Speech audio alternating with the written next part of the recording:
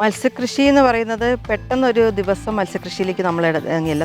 തെങ്ങൊക്കെ ആണെങ്കിലും നമ്മൾ വർഷങ്ങളായി കാത്ത് വിളവെടുക്കുന്ന ആ സമയമാകുമ്പോഴേക്കും ഒരു ആന വന്ന് 5 മിനിറ്റ് കൊണ്ട് അത് തകർത്തെറിഞ്ഞിട്ട് പോവുകയാണ്. ജീവിതം പ്രതിസന്ധി ആകും എന്നുള്ള ഘട്ടത്തിലാണ് വെറുതെ കിടക്കുന്ന വയലുകൾ കാട് പിടിച്ച് കിടന്നിട്ട് കാര്യമില്ലല്ലോ.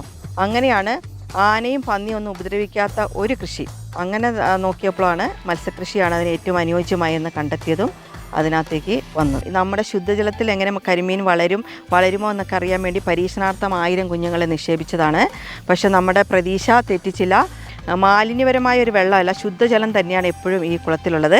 അതുകൊണ്ട് തന്നെ അതിൽ കിടന്ന് വളരുന്ന മത്സ്യങ്ങൾ ശുദ്ധമായ മത്സ്യമാണ്. വിഷമയമില്ലാത്ത സ്വാദേറിയ ശുദ്ധമായ മത്സ്യം കൊണ്ട് തന്നെയാണ് നമ്മൾ പ്രാദേശികമായി മീനുകൾ കൊടുക്കുമ്പോഴും അത് വിപണനം കൂടുതൽ സാധ്യമാകുന്നത്. ആ കൃഷി ചെയ്യുന്നതോടൊപ്പം അതിൽ നെല്ലും മീനും കൂടി കഴിഞ്ഞ വർഷം നമ്മൾ ചെയ്തു. വളരെ വിജയകരമായിരുന്നു.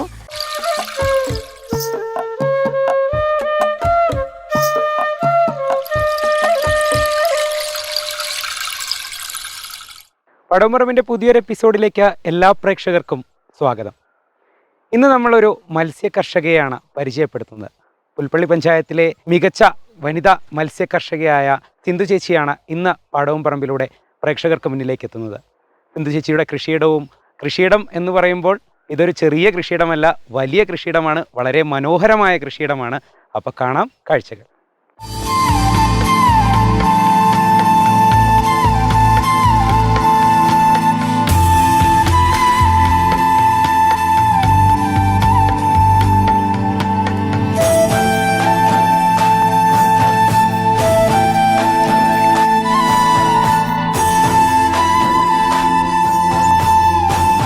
മനുഷ്യ വന്യജീവി സംഘർഷം തുടങ്ങിയിട്ട് വർഷങ്ങൾ ഏറെയായി. പ്രതിസന്ധികളെ മറികടന്ന് കൃഷി ചെയ്യുന്ന നിരവധി കർഷകരെയാണ് വന്യമൃഗശല്യം ഏറെയും ബാധിച്ചത്. കൃഷി ഉപജീവനമാക്കിയിരുന്ന കർഷകർ പലരും കൃഷി ഇന്ന് ഉപേക്ഷിച്ച മട്ടാണ്. എന്നാൽ കൃഷി കൈവിടാൻ മനസ്സ് വരാത്ത കർഷകർ വന്യമൃഗങ്ങളോട് പടവെട്ടാൻ തീരുമാനിച്ച് അരയും തലയും മുറുക്കി കൃഷിയിടത്തിലേക്ക് ഇറങ്ങി.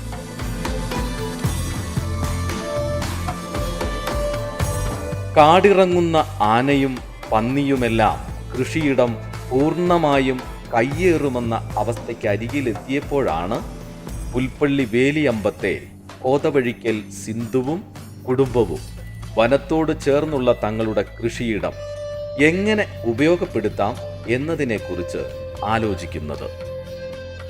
പ്രദേശത്തെ പലരും കൃഷി ഉപേക്ഷിച്ച് വിദേശത്തേക്ക് ചേക്കേറിയപ്പോൾ വിദേശത്ത് നഴ്സായിരുന്ന സിന്ധു ജോലി ഉപേക്ഷിച്ച് കാർഷിക സ്വപ്നങ്ങളുമായി തിരികെ നാട്ടിലേക്കെത്തി.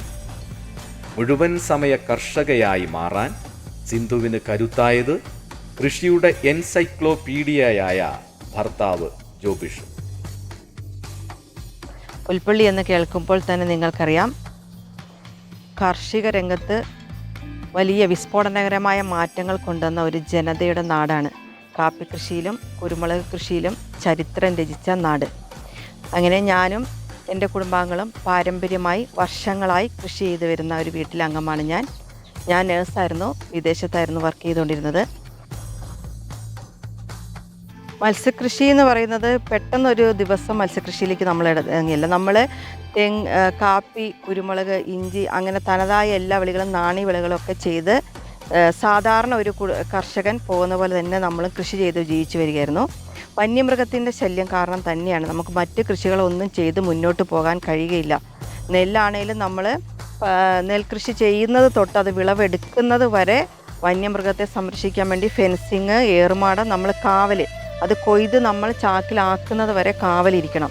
അങ്ങനെ വളരെയേറെ പ്രയാസപ്പെട്ട് ബാക്കി കൃഷികളെല്ലാം, തെങ്ങൊക്കെ ആണെങ്കിലും നമ്മൾ വർഷങ്ങളായി കാത്ത് വിളവെടുക്കുന്ന ആ സമയമാകുമ്പോഴേക്കും ഒരു ആന വന്ന് 5 മിനിറ്റ് കൊണ്ട് അത് തകർത്തെറിഞ്ഞിട്ട് പോവുകയാണ്. അപ്പോൾ എത്രയോ വർഷങ്ങളുടെ അധ്വാനം ഒരു 5 മിനിറ്റ് കൊണ്ട് ആന തകർത്തെറിഞ്ഞ് പോകുന്നു. അപ്പോൾ ബാക്കി എല്ലാ കൃഷികളും നമുക്ക് ഒരിക്കലും അങ്ങനെ മുന്നോട്ട് കൊണ്ടുപോകാൻ കഴിയില്ല. ജീവിതം പ്രതിസന്ധി ആകും എന്നുള്ള ഘട്ടത്തിലാണ് വെറുതെ കിടക്കുന്ന വയലുകൾ കാട് പിടിച്ച് കിടന്നിട്ട് കാര്യമില്ലല്ലോ. അങ്ങനെയാണ് ആനയും പന്നിയും ഒന്നും ഉപദ്രവിക്കാത്ത ഒരു കൃഷി. അങ്ങനെ നോക്കിയപ്പോഴാണ് മത്സ്യകൃഷിയാണ് അതിന് ഏറ്റവും അനുയോജ്യമായി എന്ന് കണ്ടെത്തിയതും അതിനകത്തേക്ക് വന്നത്.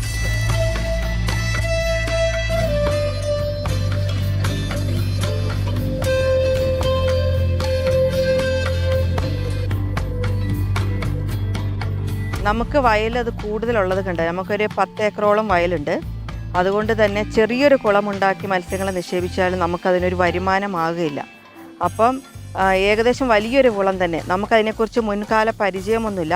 നമ്മൾ ഫിഷറീസ് ഡിപ്പാർട്ട്മെൻറ്റുമായി ബന്ധപ്പെട്ടപ്പോൾ അവർ വലിയ പ്രോത്സാഹനമാണ് നൽകിയത്. നമുക്ക് മീൻ വളർത്തുന്നതിനെ എങ്ങനെ പരിപാലിക്കും, എങ്ങനെ വളർത്തും, എങ്ങനെ വിൽക്കും, അതിനെക്കുറിച്ച് യാതൊരു ഐഡിയയും ഇല്ലാത്ത കാലത്ത് നമ്മൾ ഫിഷറീസ് ഡിപ്പാർട്ട്മെൻറ്റുമായി ബന്ധപ്പെട്ടു. അവിടുത്തെ ഉയർന്ന ഉദ്യോഗസ്ഥർ, ആഷിഖ് സാറ്, ഒരുപാട് പേരുണ്ട്, ബിന്ദു മാം, അതുപോലെയുള്ള ഉയർന്ന ഉദ്യോഗസ്ഥരുമായി ബന്ധപ്പെട്ടപ്പോൾ അവർ പറഞ്ഞത് നിങ്ങൾക്ക് എത്ര വലിപ്പമുള്ള കുളം വേണമെങ്കിലും നിർമ്മിക്കാം, അതെല്ലാം നമ്മുടെ ഇഷ്ടത്തിനനുസരിച്ച് ചെയ്യാം. അവർ മത്സ്യക്കുഞ്ഞുങ്ങളെ തരും. നമ്മൾ മത്സ്യത്തിന് തീറ്റ കൊടുക്കണം, ബാക്കി പരിപാടികളൊക്കെ നമ്മൾ ചെയ്യണം. അങ്ങനെ മത്സ്യക്കുഞ്ഞുങ്ങളെ അവർ ഫ്രീ ആയിട്ട് തരും. അപ്പോൾ അങ്ങനെ നമ്മൾ നോക്കിയപ്പോൾ ചെറിയൊരു കുളമുണ്ടായി അതിന് നമുക്കൊരു വരുമാന മാർഗ്ഗമാവുകയില്ല.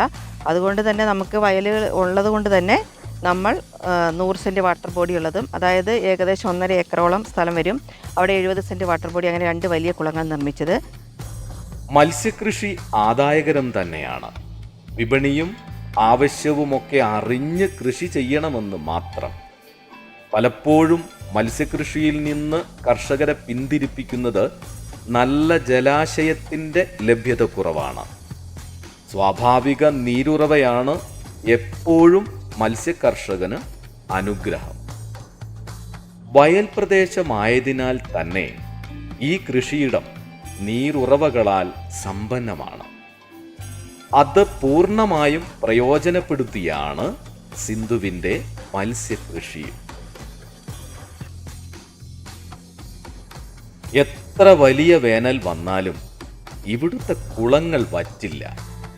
അതോടൊപ്പം മത്സ്യങ്ങളുടെ സ്വാഭാവിക വളർച്ചയ്ക്ക് അനുകൂലവുമാണ് ഈ ജലസ്രോതസ്സുകൾ.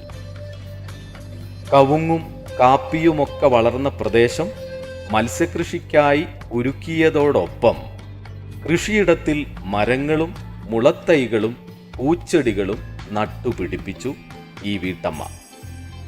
പല ഇനങ്ങളിലുള്ള 300-ലധികം മുളകൾ ഈ കൃഷിയിടത്തിൽ ഇന്ന് വളരുന്നുണ്ട്. കൃഷിയിടം ഹരിതാഭമാക്കാനും വന്യമൃഗങ്ങളെ പ്രതിരോധിക്കാനും ഒരു ജൈവ വേലിയായി ഈ മുളങ്കൂട്ടങ്ങൾ മാറിക്കഴിഞ്ഞു. ഈ പറമ്പ് നമ്മളിപ്പോൾ മത്സ്യകൃഷി സ്ഥിതി ചെയ്യുന്ന തോട്ടം മുഴുവനും നമ്മൾ ഇതിനു മുൻപ് കവുങ്ങ്, കാപ്പി, പിന്നെ കുറേ സ്ഥലം കാട് പിടിച്ച് കിടക്കുകയായിരുന്നു. അപ്പോൾ കവുങ്ങിൻ്റെയൊക്കെ വിളവ് ഏകദേശം കവുങ്ങൊക്കെ മഹാളി രോഗം വന്ന് അതിൻ്റെ തലയെല്ലാം പോയി. ആ കവുങ്ങ് കൃഷി നശിച്ചപ്പോഴാണ് നമ്മൾ കവുങ്ങൊക്കെ വെട്ടി അത് ക്ലീൻ ചെയ്ത് നമ്മളൊരു കുളത്തിലേൻ്റെ രൂപത്തിലേക്ക് എത്തിച്ചത്. കുളം എന്ന് പറയുമ്പോൾ നമുക്ക് മണ്ണൊന്നും പുറത്തേക്ക് നിക്ഷേപിക്കാൻ പറ്റാത്തത് കൊണ്ട് തന്നെ കുളങ്ങളിലെ മണ്ണ് അവിടെവിടെകളായി കൂട്ടി വെച്ച് ഒരു ബണ്ട് പോലെ ചുറ്റും നിർമ്മിച്ചിട്ട് അങ്ങനെയാണ് കുളങ്ങൾ ഉണ്ടാക്കിയത്. കുളങ്ങളുടെ സൈഡ് മണ്ണ് ഇടിയാതിരിക്കാൻ വേണ്ടി തന്നെ, പരിസ്ഥിതിയെ സംരക്ഷിക്കുവാൻ വേണ്ടി തന്നെ പരിസ്ഥിതി സൗഹാർദ്ദപരമായി നമ്മൾ മുളകൾ 56 ഐറ്റംസ് മുളകൾ, 3500ഓളം ചോടുകൾ നമ്മൾ ബണ്ടിന് ചുറ്റുമായി മറ്റ് സ്ഥലങ്ങളിലായി നട്ടുപിടിപ്പിച്ചിട്ടുണ്ട്. അതായത് ഈ പ്രദേശത്തുള്ള പക്ഷികളെല്ലാം നമ്മുടെ ഇവിടെ പരിസ്ഥിതിയെ സ്നേഹിക്കുന്നതോടൊപ്പം അവർക്കൊരു താവളവും, പിന്നെ നമ്മുടെ ജൈവവേലി, മെയിനായിട്ട് നമ്മൾ ഉദ്ദേശിക്കുന്നത് ജൈവവേലി എന്നുള്ളതാണ്. വന്യമൃഗങ്ങളുടെ ശല്യം കൂടുതലായതുകൊണ്ട് തന്നെ അടുത്തടുത്തായിട്ട് മുളന്തടികൾ വെച്ച് പിടിപ്പിച്ചതിനാൽ പെട്ടെന്ന് തന്നെ മൃഗങ്ങൾ ഒറ്റയടിക്ക് നമ്മുടെ ഇതിനകത്തേക്ക് കയറി വരികയില്ല. അങ്ങനെ ജൈവവേലിയും പിന്നെ ഇതൊരു കൃഷിയാണ്. നമ്മളൊരു 3 വർഷങ്ങൾക്ക് ശേഷം മുളന്തൈകൾ നമ്മൾ എടുത്ത് കൂടത്തൈകളിലാക്കി നഴ്സറികൾക്ക് കൊടുക്കുകയാണെങ്കിൽ നമുക്കതും ഒരു വരുമാനമാണ്. അതും മുന്നിൽ കണ്ടുകൊണ്ട് തന്നെയാണ്. പിന്നെ ഇത് പറഞ്ഞ പോലെ നല്ലൊരു ഓക്സിജൻ ഹബ്ബാണ്. നല്ല ശുദ്ധമായ വായുവിന് നമ്മൾ മുളങ്കൂട്ടങ്ങൾ നല്ലതാണല്ലോ. Gift tilapia, red tilapia, grass carp, ചെമ്പല്ലി, കാരി, വരാൽ തുടങ്ങി 8ഓളം ഇനം മത്സ്യങ്ങൾ സിന്ധുവിൻ്റെ കുളത്തിൽ വളരുന്നുണ്ട്. കൂടാതെ വയനാട്ടിൽ പലരും കൃഷി ചെയ്ത് പരാജയപ്പെട്ട കരിമീനും സിന്ധു പരീക്ഷണാടിസ്ഥാനത്തിൽ ചെയ്യുന്നുണ്ട്. പിന്നെ ഒരു കുളത്തിൽ കൂടുതലായിട്ട് വരാൽ മത്സ്യങ്ങളാണ്. ആ കുളത്തിൽ അധികം മറ്റു മീനുകളെ വളർത്താൻ പറ്റില്ലാത്തതുകൊണ്ട് ഈ കുളത്തിലേക്ക് 100 സെൻറ്റ് വാട്ടർ ബോഡിയുള്ള ഈ കുളത്തിലേക്ക് മറ്റ് മത്സ്യങ്ങളെ 7-8 ഐറ്റത്തോളം മത്സ്യങ്ങൾ നമ്മൾ നിക്ഷേപിച്ചിട്ടുണ്ട്. അതായത് tilapia, red tilapia, gift tilapia അടക്കം ചെമ്പല്ലി, കട്ട്ല, കാരി, പിന്നെ പരീക്ഷണാർത്ഥം നമ്മൾ കുറച്ച് കരിമീൻ കുഞ്ഞുങ്ങൾ, അങ്ങനെ 7-8 ഐറ്റത്തോളം മത്സ്യം കുഞ്ഞുങ്ങളെ നമ്മൾ നിക്ഷേപിച്ചു. ഇപ്പോൾ 1 വർഷമായി അതിൻ്റെ വിളവെടുപ്പ് തുടങ്ങിയിട്ട്. നമ്മൾ കൂടുതലായിട്ടും വിളവെടുത്തത് തിലോപ്പിയ ഐറ്റംസാണ് കൂടുതൽ വിളവെടുത്തത്. അതാണ് കൂടുതൽ പെട്ടെന്ന് വളർന്നത്. ചെമ്പല്ലിയൊക്കെ 3-4 കിലോയൊക്കെ ആവുന്നത് കൊണ്ട് നമ്മളതിനെ വിളവെടുത്തിട്ടില്ല. പിന്നെ വരാലും കുറച്ച് പിടിച്ചു. ഇനി വരാലിനെയൊക്കെ പിടിക്കാന്ന് പറഞ്ഞാൽ പെട്ടെന്ന് വലയെറിഞ്ഞ് പിടിക്കാൻ പറ്റില്ല. നമുക്കത് കുളങ്ങളിലെ വെള്ളം വറ്റിച്ച് വേണം. അപ്പോൾ വർഷത്തിൽ 1-2 പ്രാവശ്യമായിട്ട് പിടിക്കാൻ പറ്റുള്ളൂ. നമ്മളിപ്പോൾ തുടർച്ചയായിട്ട് വിളവെടുക്കുന്നതുകൊണ്ട് കൂടുതലായിട്ടും തിലോപ്പിയ മത്സ്യത്തെയാണ് വിൽക്കാൻ തുടങ്ങിയത്. 8 മാസത്തോളം തുടർച്ചയായി നമ്മൾ അതിനെയാണ് വിറ്റത്. കരിമീൻ കുഞ്ഞുങ്ങളെ പരീക്ഷണാർത്ഥം അതിനുള്ള മത്സ്യത്തോടുള്ള ആഗ്രഹം, അതെങ്ങനെ വളരും, നമ്മുടെ ശുദ്ധജലത്തിൽ എങ്ങനെ കരിമീൻ വളരുമോ എന്നൊക്കെ അറിയാൻ വേണ്ടി പരീക്ഷണാർത്ഥം 1000 കുഞ്ഞുങ്ങളെ നിക്ഷേപിച്ചതാണ്. പക്ഷെ നമ്മുടെ പ്രതീക്ഷ തെറ്റിച്ചില്ല. കായലിൽ വളരുന്ന അത്രയും വലിപ്പത്തിലായില്ലെങ്കിലും ഏകദേശം 100 ഗ്രാമോളം കരിമീൻ കുഞ്ഞുങ്ങൾ വളർന്നു. അത് പ്രത്യുൽപാദനം നടത്തി അതിൻ്റെ കുഞ്ഞുങ്ങളും ഉണ്ടായി. അപ്പോൾ അത് കാണുമ്പോൾ നമ്മുടെ മനസ്സിനൊരു സന്തോഷം, കഴിക്കുന്നതിനേക്കാൾ കാണുമ്പോൾ ഒരു സന്തോഷം.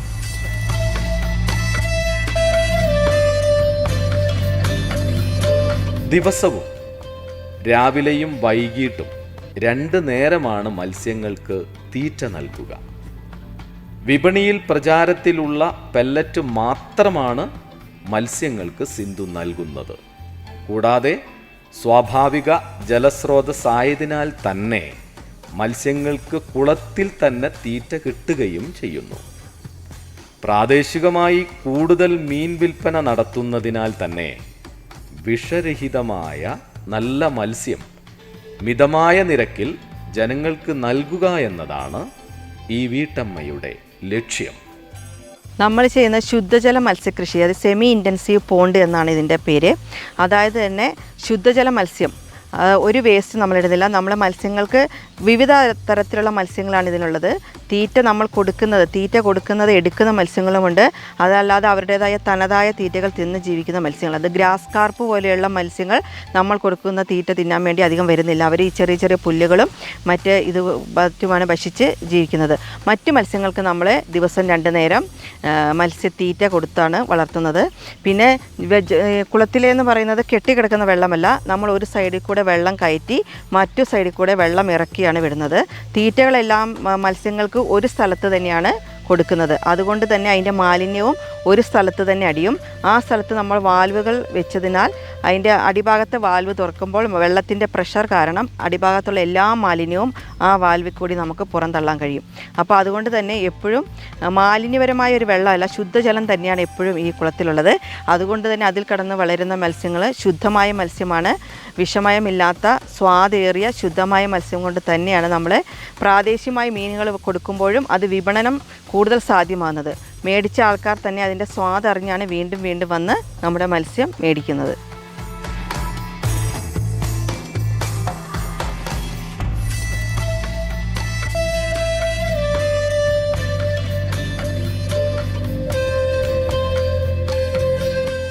മത്സ്യകർഷകർക്ക് പ്രചോദനമായി നെല്ലും മീനും ഒരുമിച്ചുള്ള കൃഷി രീതിയും സിന്ധു പരീക്ഷിക്കുന്നുണ്ട്. ലഭ്യമായ സ്ഥലത്ത് നിലവാരവും വൈവിധ്യവുമുള്ള ഭക്ഷണം പരമാവധി ഉൽപ്പാദിപ്പിക്കാൻ ഈ ആശയം പ്രയോജനപ്പെടും. മത്സ്യത്തിനു നീന്താൻ മാത്രം ആഴത്തിൽ 1/2 അടി വെള്ളമാണ് വയലിൽ തുടക്കത്തിലുണ്ടാവുക. വൈകാതെ തന്നെ മത്സ്യക്കുഞ്ഞുങ്ങളെ വയലുകളിൽ നിക്ഷേപിക്കും. നെൽകൃഷി വിളവെടുക്കാനാകുമ്പോഴേക്കും വയലിൽ നിന്ന് കുളത്തിലേക്ക് മീനുകളെ തുറന്നു വിടുകയും ചെയ്യും. ഈ കാലയളവിനുള്ളിൽ സാധാരണ കുളത്തിലുള്ളതിനേക്കാൾ വളർച്ച മീനുകൾക്കുണ്ടാകുമെന്നാണ് സിന്ധു പറയുന്നത്. വയലിൽ ആവശ്യത്തിന് തീറ്റയുള്ളതിനാൽ മത്സ്യങ്ങൾക്ക് നൽകുന്ന തീറ്റ ചിലവും കുറയ്ക്കാം. നമ്മൾ നമ്മുടെ വീട്ടാവശ്യത്തിന് വേണ്ടിയിട്ട് നമുക്ക് ഭക്ഷിക്കാനായി 1 ഏക്കർ സ്ഥലത്താണ് നെൽകൃഷി ചെയ്യുന്നത്. 1 ഏക്കർ സ്ഥലത്ത് 2 പുഞ്ചകൃഷിയും നഞ്ചകൃഷിയും ചെയ്യുന്നു. ആ കൃഷി ചെയ്യുന്നതോടൊപ്പം അതിൽ നെല്ലും മീനും കൂടി കഴിഞ്ഞ വർഷം നമ്മൾ ചെയ്തു. വളരെ വിജയകരമായിരുന്നു. നെല്ലും മീനും ചെയ്യുക എന്നതിൻ്റെ അഡ്വാൻറ്റേജ് എന്ന് പറഞ്ഞാൽ നമ്മൾ മത്സ്യങ്ങൾ അതിൽ നിക്ഷേപിക്കുമ്പോൾ മത്സ്യങ്ങൾക്ക് തീറ്റ കൊടുക്കേണ്ടതില്ല, നെല്ലുകൾക്ക് അധികം വളവും ചെയ്യേണ്ടതില്ല. അത് രണ്ടുമാണ് അതിൻ്റെ മെയിൻ ബെനിഫിറ്റ്. 2 മാസം ആകുമ്പോഴേക്കും നമ്മൾ നെല്ല് ഞാറ് നട്ട് അതിനൊരു 1.5 അടി പൊക്കത്തിൽ വെള്ളം നിർത്താറാവുമ്പോഴേക്കാണ് മത്സ്യക്കുഞ്ഞുങ്ങളെ അതിൽ നിക്ഷേപിക്കുന്നത്. കൊയ്ത്തിൻ്റെ സമയമാകുമ്പോഴേക്കും ഒരാഴ്ചയ്ക്ക് മുമ്പേ നമ്മൾ മത്സ്യക്കുഞ്ഞുങ്ങളെ ആ വെള്ളത്തോടൊപ്പം നമ്മുടെ ഈ പോണ്ടിലേക്ക് പൈപ്പിട്ട് കണക്ട് ചെയ്തിട്ടുണ്ട്. പോണ്ടിലേക്ക് നമ്മൾ നിക്ഷേപിക്കുന്നു. അപ്പോഴേക്ക് ഏകദേശം 150-200 ഗ്രാമോളം മത്സ്യങ്ങൾ വളർന്നിട്ടുണ്ടാവും. അപ്പം നമുക്ക് തീറ്റ കൊടുക്കാതെ തന്നെ അത്രയും മത്സ്യങ്ങൾ അത്രയും വലുപ്പത്തിലാവുന്നത് വലിയൊരു നേട്ടമാണ്. പിന്നെ നെല്ലിനധികം വളവും നമുക്ക് ചെയ്യണ്ട. പനമരം ബ്ലോക്ക് പഞ്ചായത്തിലെ മികച്ച മത്സ്യകർഷക കൂടിയാണ് സിന്ധു. തദ്ദേശ സ്ഥാപനങ്ങളും ഫിഷറീസും ഈ കർഷകയ്ക്ക് പൂർണ്ണ പിന്തുണയുമായി ഒപ്പമുണ്ട്. മികച്ച മത്സ്യകർഷക എന്ന നിലയിൽ ബ്ലോക്ക് പഞ്ചായത്ത് തലത്തിൽ പനമരം ബ്ലോക്കിൽ നിന്ന് നമുക്കൊരു അവാർഡ് കിട്ടി. അത് ശരിക്കും പറഞ്ഞാൽ മുന്നോട്ടുള്ള ഒരു കുതിപ്പിൻ്റെ ഒരു ബൂസ്റ്റർ ഡോസ് എന്ന് വേണമെങ്കിൽ പറയാം. കാരണം സാധാരണ കൃഷിക്കാർക്ക് പ്രത്യേകിച്ച് ആരും അങ്ങനെ വലിയ പിന്തുണയും ഒന്നും നൽകുന്നില്ല എന്നുള്ളതാണ് ഇപ്പോൾ എല്ലാവരും പറയുന്നത്. പക്ഷേ എന്നെ സംബന്ധിച്ചിടത്തോളം ഒരു മത്സ്യകൃഷിയിലേക്ക് ഇറങ്ങിയിട്ട് തദ്ദേശ സ്ഥാപനങ്ങളിൽ നിന്നാണെങ്കിലും പുൽപ്പള്ളി പഞ്ചായത്തും മികച്ച മത്സ്യകർഷക എന്ന രീതിയിൽ നമ്മളെ വിളിച്ച് ആദരിച്ചു. പഞ്ചായത്ത് പ്രസിഡൻറ്റും ബാക്കി ബ്ലോക്ക് പഞ്ചായത്തിൽ നിന്നെല്ലാം നല്ല സഹകരണമാണ്. അവർ വന്ന് ജനപ്രതിനിധികളും ബാക്കി ഉദ്യോഗസ്ഥരും എല്ലാവരും വന്ന് സ്ഥലം സന്ദർശിക്കുകയും നമുക്ക് വേണ്ട എല്ലാ സപ്പോർട്ടുകളും പഞ്ചായത്തിൽ നിന്നും ബ്ലോക്ക് പഞ്ചായത്തിൽ നിന്നും ഫിഷറീസ് ഡിപ്പാർട്ട്മെൻറ്റിൽ നിന്നും നിരന്തരമായി കിട്ടിക്കൊണ്ടിരിക്കുന്നു. അങ്ങനെ അവരുടേതായ ആ പ്രോത്സാഹനവും സപ്പോർട്ടും കൊണ്ടും തന്നെയാണ് ഞങ്ങൾക്ക് മുന്നോട്ട് പോകാനുള്ള ഒരു പ്രചോദനം എന്ന് പറയുന്നത്.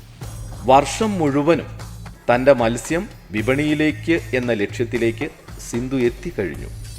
അധ്വാനിക്കാനുള്ള മനസ്സും നിശ്ചയദാർഢ്യവുമാണ് ഈ വീട്ടമ്മയായ കർഷകയുടെ വിജയത്തിളക്കത്തിന് പിന്നിൽ. വന്യമൃഗശല്യമുണ്ടെന്ന് പറഞ്ഞ് കൃഷി ഉപേക്ഷിക്കുന്നവരോട് സിന്ധുവിന് പറയാനുള്ളത് തൻ്റെ അനുഭവം മാത്രമാണ്. പുൽപ്പള്ളി എന്ന് പറയുമ്പോൾ തന്നെ അറിയാം, എല്ലാവർക്കും അറിയാം, കാടിനോട് ചേർന്ന് കിടക്കുന്ന സ്ഥലമാണ്. വന്യമൃഗങ്ങൾ പണ്ടൊക്കെ നമുക്കെന്ന് പറയുന്നത് ചരിത്രമായിരുന്നു. പുൽപ്പള്ളി എന്ന് കേൾക്കുമ്പോൾ തന്നെ കാപ്പി കൃഷിയിലും കുരുമുളക് കൃഷിയിലും ചരിത്രം രചിച്ച ഒരുപാട് കർഷകരുള്ള നാടായിരുന്നു. പക്ഷേ ഇപ്പോഴും അതൊക്കെ ചരിത്രമായി മാറി. ജനങ്ങളെല്ലാം പരാജയ ഭീതിയാൽ വന്യമൃഗങ്ങളുടെ ആക്രമണത്താൽ അവരെല്ലാം കൃഷികൾ ഉപേക്ഷിച്ച് പോകുന്ന സമയമാണ്. ഇപ്പോഴത്തെ പുതുതലമുറകളൊക്കെ ആണെങ്കിലും കൃഷിയെ പാടെ ഉപേക്ഷിച്ച് വിദേശ രാജ്യങ്ങളിലേക്ക് ചേക്കേറിയാണ്. എന്നെ സംബന്ധിച്ചോളം ഞാൻ പറയുകയാണെങ്കിൽ നമുക്ക് എല്ലാത്തരം കൃഷികളും വന്യമൃഗങ്ങളുടെ മുമ്പിൽ ചെയ്യാൻ പറ്റുകയില്ല. പക്ഷേ ഇതുപോലെയുള്ള മത്സ്യകൃഷികൾ പോലെയുള്ള ചെറിയ മറ്റ് കൃഷികൾ, പുതിയ തലമുറയ്ക്ക് വന്യമൃഗങ്ങൾ ഉണ്ടെങ്കിൽ തന്നെ അവരാക്രമിക്കാത്ത രീതിയിലുള്ള, അവരുടെ ഉപദ്രവങ്ങളില്ലാത്ത രീതിയിലുള്ള കൃഷികളാണ് ഇപ്പം മത്സ്യകൃഷി എന്ന് പറയുന്ന കൃഷിയൊക്കെ. അപ്പോൾ അതുപോലെയുള്ള കൃഷികളൊക്കെ ചെയ്ത് നമുക്ക് വീണ്ടും ഒരു ചരിത്രം തന്നെ തിരുത്തി കുറിക്കാൻ പറ്റും എന്നതാണ് എൻ്റെ അനുഭവം. പിന്നെ നമുക്കിതെല്ലാം കാണുമ്പോൾ ഒരു സന്തോഷവും, അതാണല്ലോ നമ്മുടെ ജീവിതത്തിലെ ഏറ്റവും വലിയ സംഭവം എന്ന് പറയുന്നത്. അതിൽ ഞാൻ 100% സംതൃപ്തയാണ്. അപ്പോൾ ഇന്ന് വളരെ നല്ലൊരു കൃഷിക്കാഴ്ചയായിരുന്നു നമ്മൾ പരിചയപ്പെടുത്തിയത്. വളരെ മികച്ചൊരു കർഷകയാണ് നമുക്ക് പരിചയപ്പെടുത്താൻ കഴിഞ്ഞതും. നല്ലൊരു മത്സ്യ കർഷക, വളരെ പുതിയ നൂതന മാർഗങ്ങളുണ്ട് ഈ ഒരു മത്സ്യകൃഷിയിൽ. അതുപോലെ തന്നെ നമ്മൾ വന്യമൃഗങ്ങളെ പ്രതിരോധിച്ചുകൊണ്ട് എന്ത് കൃഷി ചെയ്യാം എന്നുള്ളതിനൊരു ഉദാഹരണം കൂടിയാണ് ഈ കൃഷിയിടവും സിന്ധു ചേച്ചിയും അവരുടെ ഈ കൃഷി വിശേഷങ്ങളും ഒക്കെ. അപ്പോൾ എന്തായാലും സിന്ധു ചേച്ചീൻ്റെ ഈ ഒരു കൃഷി ഇനിയും നന്നായിട്ട് മുന്നോട്ട് പോകട്ടെ. ഇവിടെ ഒരു ബ്ലോക്ക് തലത്തിലൊരു മികച്ച കർഷകയാണ്, നമ്മുടെ ജില്ലയിലെ തന്നെ സംസ്ഥാനത്ത് തന്നെ ഒരു മികച്ച കർഷകയായിട്ട് വളരാൻ വേണ്ടി സിന്ധു ചേച്ചിക്ക് കഴിയട്ടെ. അപ്പോൾ പടവും പറമ്പും ഇന്നത്തെ എപ്പിസോഡ് ഇവിടെ പൂർണ്ണമാവുകയാണ്. അടുത്ത ആഴ്ച മറ്റൊരു കൃഷിവിശേഷവുമായി വീണ്ടും കാണാം. നന്ദി, നമസ്കാരം.